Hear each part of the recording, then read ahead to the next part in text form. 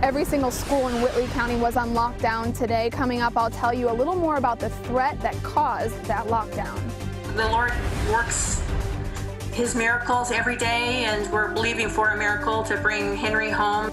A massive search is on in the jungle of South America for a missing man with Lexington connections.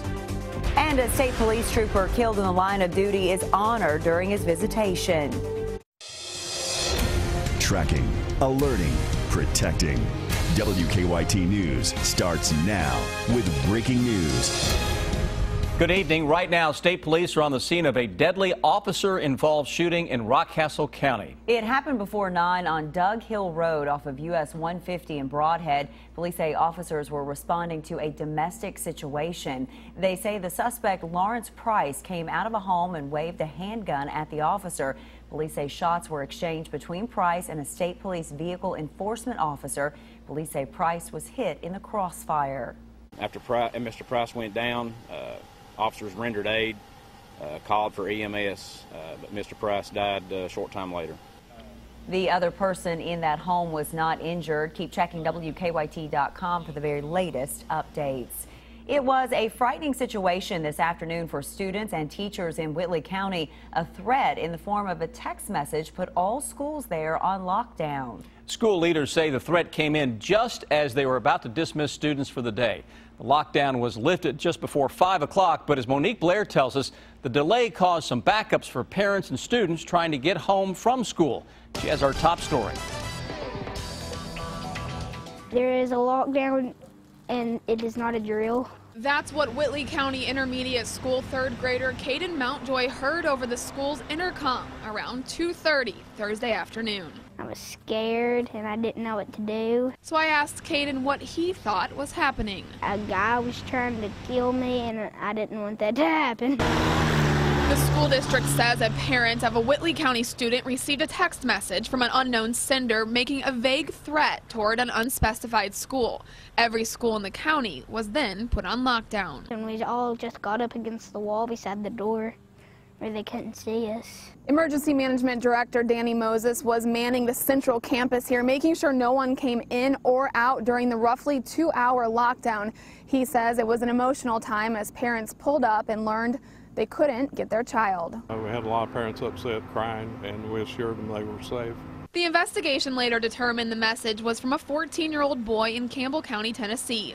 Officers were able to make contact with the boy's mother and determined there was not a threat. The lockdown was over. But by that time, it was traffic as parents quickly tried to pick up their children. That caused a new headache. Traffic was not moving at all. No one was hurt during the lockdown that was lifted at 4:25 p.m. I felt relieved. In Whitley County, it doesn't happen again. Monique Blair, WKYT. The Whitley County Sheriff's Office says that so far they have not made any arrests in this case. New tonight, an Anderson County family is picking up what's left after a fire ripped through their home. The Anderson News reports the fire started at a home on Alton Station Road, leaving a family of 9 homeless. Firefighters say the homeowner went to the hospital for smoke inhalation. His wife told the paper he was trying to get the family dog out of the home when he breathed in smoke. The firefighter then performed mouth-to-snout resuscitation to help the dog. Right now, firefighters don't know what started that fire. A large search is underway for a man who lived in Lexington for years and is now lost in the mountains of South America. Family members tell us Enrique Rodriguez is a geophysicist working in Bolivia. He and a co-worker were hiking back from a job deep in the jungle near Yanni, Bolivia, but never made it back. That was 15 days ago. Tonight, WKYT's Garrett Weimer talked to Rodriguez's family. They're still holding out hope that he'll return home safe. The searchers out. At her home in Florida, Robin Rodriguez still can only wait, hope, and pray for her son to be found. It's really stressful. We're not sleeping very much. We miss him. Sorry.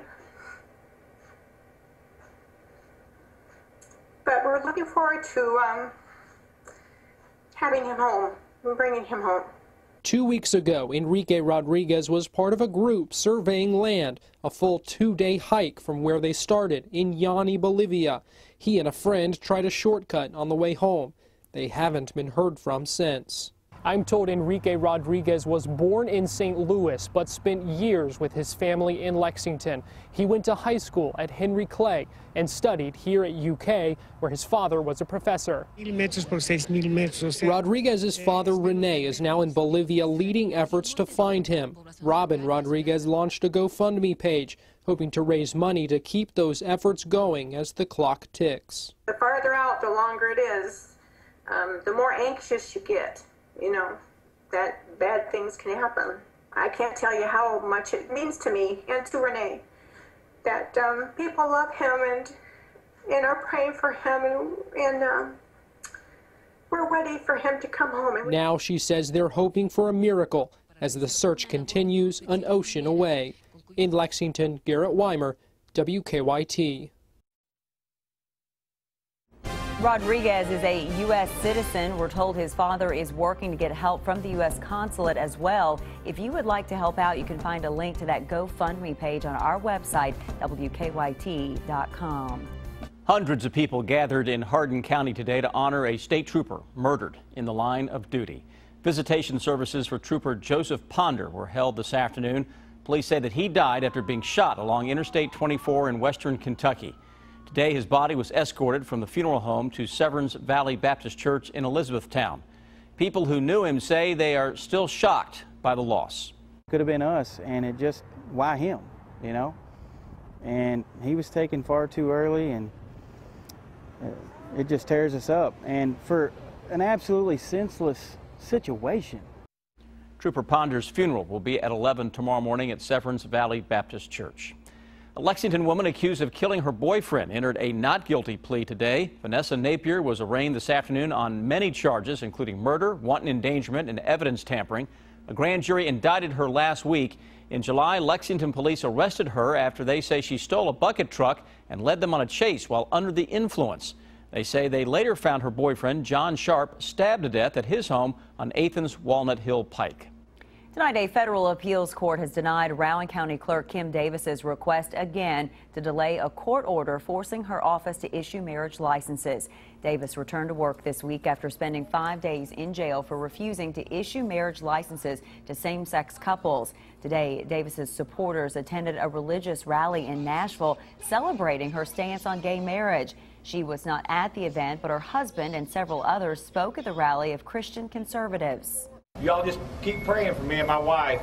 God will give us the strength to fight this battle until it's over with. God bless you all. I think that if we had more people like Kim Davis that actually had a backbone to stand up and be governed by conviction instead of licking their fingers, sticking it in the air and seeing which way the wind blows, then America would be a much better place to live. We tried talking with Joe Davis after the event, but we were told he would not go on camera. Well, it is hard not to sound like a broken record, but we are enjoying yet another beautiful day of sunshine, and we're going to do the same tomorrow with temperatures. That's right, but we could see some changes moving in for the weekend. Chief Meteorologist Chris Bailey's been talking about that the last few days. Chris? Yes, indeed, but we got to look back at that sunset this evening because it was absolutely spectacular. It's one we've been seeing pretty much all week long in very similar fashion with clear skies, but check out what we were catching right around sunset. Notice all of the birds all of a sudden screaming across our skyline here at the station on Winchester Road. It is that time of the year, but overall a very nice looking sunset here across central and eastern Kentucky. As we make our way through the overnight, temperatures continue to drop through the 50s, already seeing a lot of upper 50s into much of central and eastern Kentucky. Nothing showing up on Defender as of now, though back to our northwest.